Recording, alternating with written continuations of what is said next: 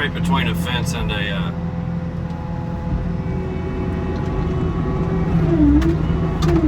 so I'm just trying to get it away from the driveway.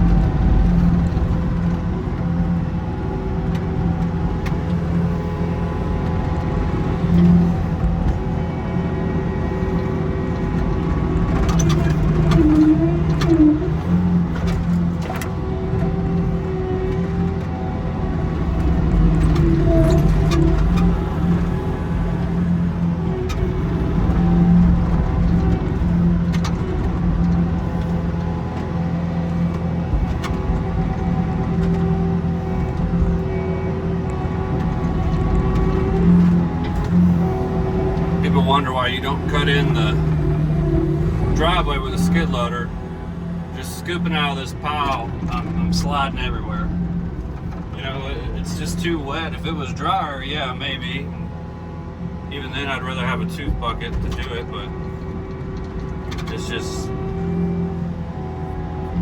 was easier with the excavator. It didn't take that long at all, so.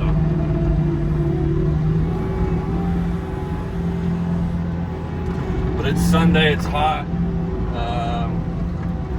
Betsy is finishing up, touching up the fabric. You can see her over there. And pretty much it. Not a whole lot going on. We got the trucks coming in tomorrow. I'll pick up the roller on the way to get Georgia from school. And yeah. Not too bad. Then I had a couple other jobs come in yesterday. You know, people wanting stuff done last minute, so I kind of got a little opening I can form and make for somebody. And yep, that's good. I'll take it. I don't mind the smaller jobs. It's just kind of always, you just feel like you're driving all the time.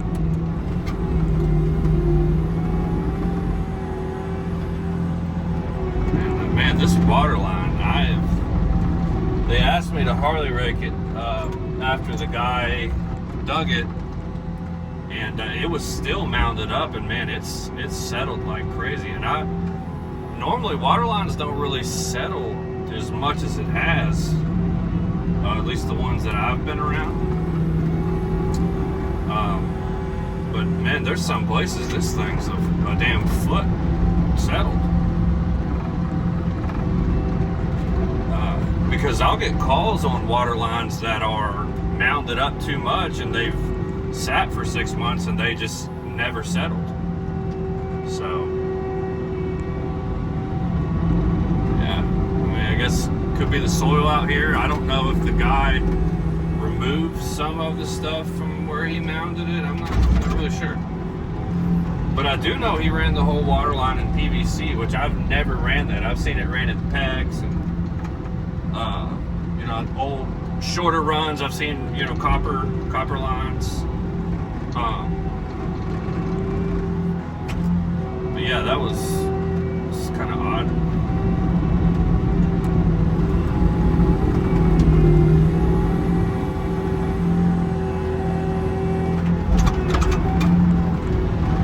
Yeah, this is pretty much it. Moving all the spoils and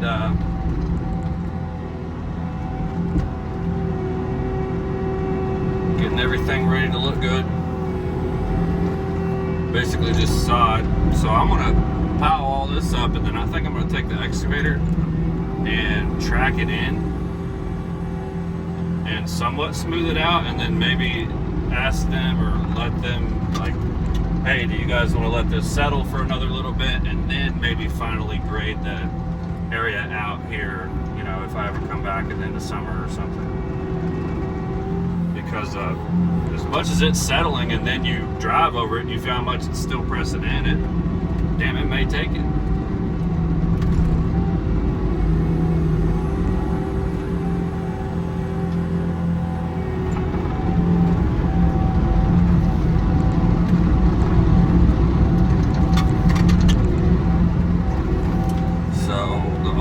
I'm worried about tomorrow is putting a triaxle over that culvert down there. I got some plywood I'm going to put down to kind of try to span the difference, but I can't bring this whole job in single axles. That would take forever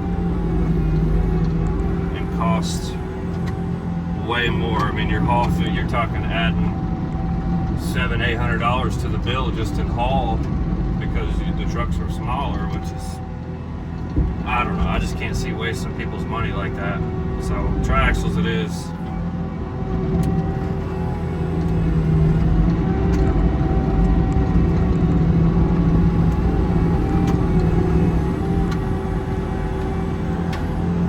And discussed that with the homeowner, and he said it's fine. I mean, if it bends a little bit, water will still go through it. The thing that I don't like about who put it in, which was the county, is they didn't put it in long enough.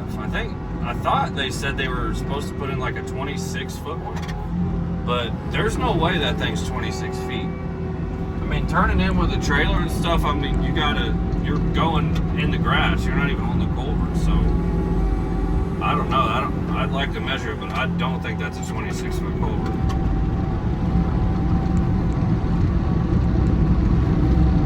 Could be wrong, but it just seems very small.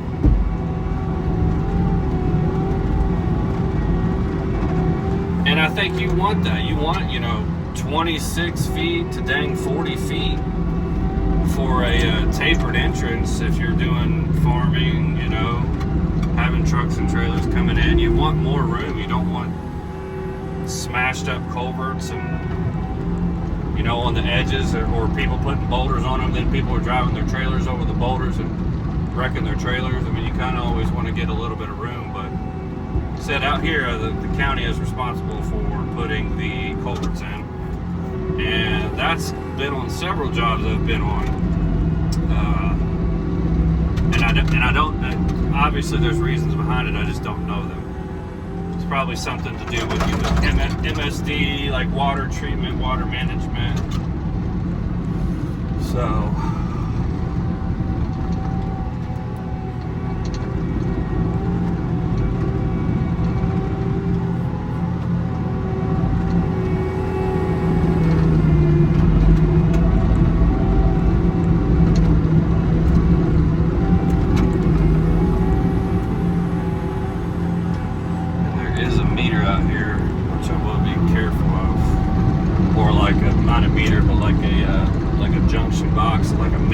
turn-off point for if they decided to put a house. I think they put in a little box in case they had to tap into it at some point.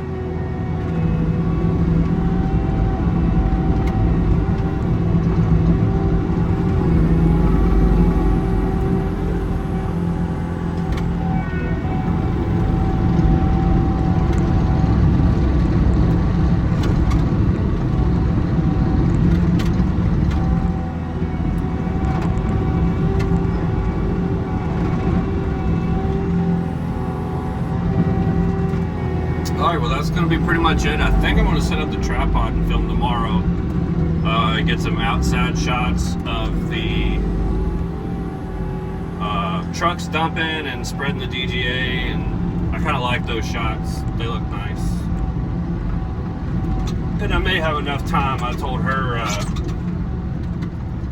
meaning the lady at the quarry, that I want the trucks 30 minutes apart. I can typically spread a triaxle in 10 minutes because I can do a single axle in 5 minutes, when it's kind of just straightforward spreading like driveway type. So I'm figuring that'll give me enough time to set up the camera, spread the stuff out, wait on the next truck.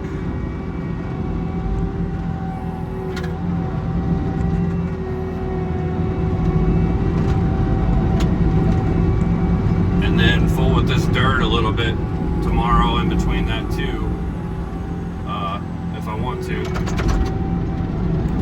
instead of today. It is Sunday, but from having all that, and I just backed over the pile, from having all that rain, you know, you own your own business, you kind of got to work on Sundays, you got to work every day. I did a quote yesterday, then came to work, just got to keep it moving, got to keep it going. Nothing wrong with that, not complaining. Just for people who don't know, you definitely live your business, and you have to if you want to do a good job and keep work. Because somebody else out there will do what you're not doing. And just again, I've said this in other videos, just because you work for yourself, it doesn't make, it's still a job. It's not, doesn't make it any easier than 9 to 5, and some days are worse than others, and you know, it's kind of the same. But really, the thing that it boils down to is just you have way more responsibility, and the responsibilities, you know, whether if you work for somebody, the responsibility is kind of on them to keep you busy. I mean, it's on you to do your job and do a good job, but like, you don't have to go out and sell and land the jobs and figure out your price points and, you know, where you get material and just everything else. So that's really it. It's just way more responsibility, and it costs a lot of money to run a business. You know, insurance and taxes and getting new equipment and all that stuff too. You gotta, you know, I don't charge a lot. I'm a medium priced company, midway price, meaning I'm not the highest, I'm not the lowest, I'm somewhere in the middle, and that's a good place to be. So you gotta, just takes time to figure all that out. Just know, if you're on the outside looking in and you have this full-time job and you have this and that, just, there's pros and cons to everything, man. So don't get down on yourself because you're working for somebody, or you think things would only be this way if you work for yourself. I can tell you that's not the case. It's hard. Whatever you put the work into is what you know, it's what you get out of it. So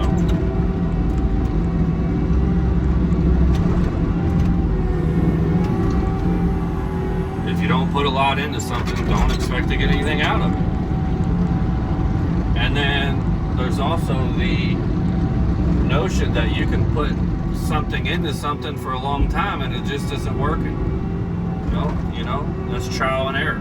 That's something you're gonna have to deal with too. So that's a good size scoop right there.